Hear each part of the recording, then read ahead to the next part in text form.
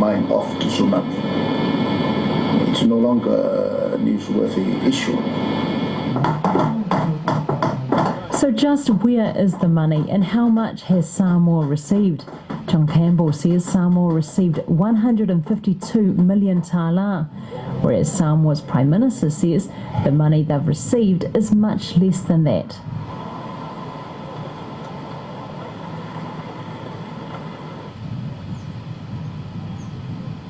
What actually happened was that we only received from the donors 35.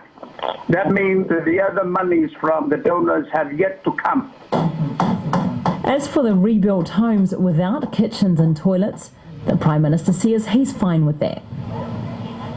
The kind of houses we are building is the structure that fits in with our own lifestyle and also the climate that we have.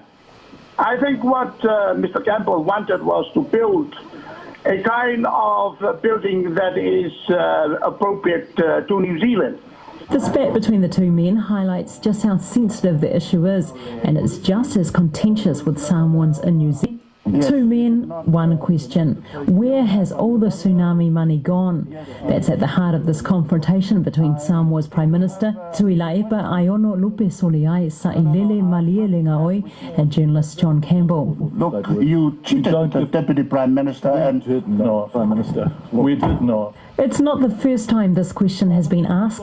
Tangata Pasifika put it to the Prime Minister earlier this year when there were complaints about the slow response to housing needs. You don't seem to put your mind off TSUNAMI. It's no longer a newsworthy issue. So just where is the money and how much has Samoa received? John Campbell says Samoa received 152 million tala, whereas Samoa's Prime Minister says the money they've received is much less than that.